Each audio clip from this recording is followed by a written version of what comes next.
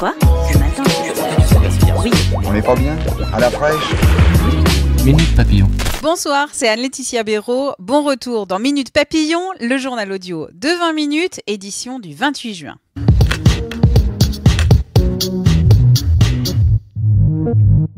Le cimentier Lafarge, mis en examen aujourd'hui dans le dossier de financement présumé du terrorisme en Syrie.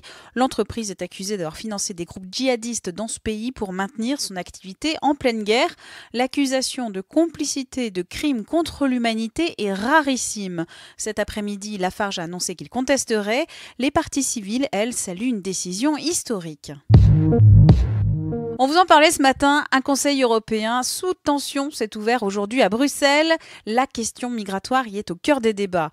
À son arrivée, le Premier ministre italien a mis la pression, affirmant que si le texte final des dirigeants européens ne satisfaisait pas Rome, eh bien il ne signerait pas. Il l'a aimé, mais aujourd'hui, tout est fini. Jean-Louis Borloo, il va à la sulfateuse pour évoquer Emmanuel Macron. Hier soir, en réunion à Valenciennes, l'ancien ministre de l'écologie a éreinté la vision de la société inefficace et dangereuse d'Emmanuel Macron et du gouvernement.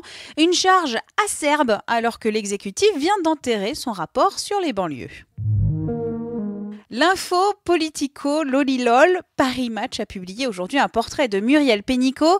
Oui, c'est la ministre du Travail, en équilibre sur une jambe, bras ouverts, pieds nus dans le jardin de son ministère. Nombreux sont ceux qui ont trouvé le cliché ridicule. Les réseaux sociaux se sont emparés de la photo, l'ont détournée. Cela donne la ministre sur l'un des poteaux de Koh-Lanta ou encore Karate Kid. Bref, on s'enjaille aujourd'hui avec la communication gouvernementale. Derrière l'invention de l'année se trouve Philipp Frenzel de l'université d'Aalen en Allemagne. Le jeune homme a créé un airbag pour smartphone. Adieu écran lézardé, voire fracassé.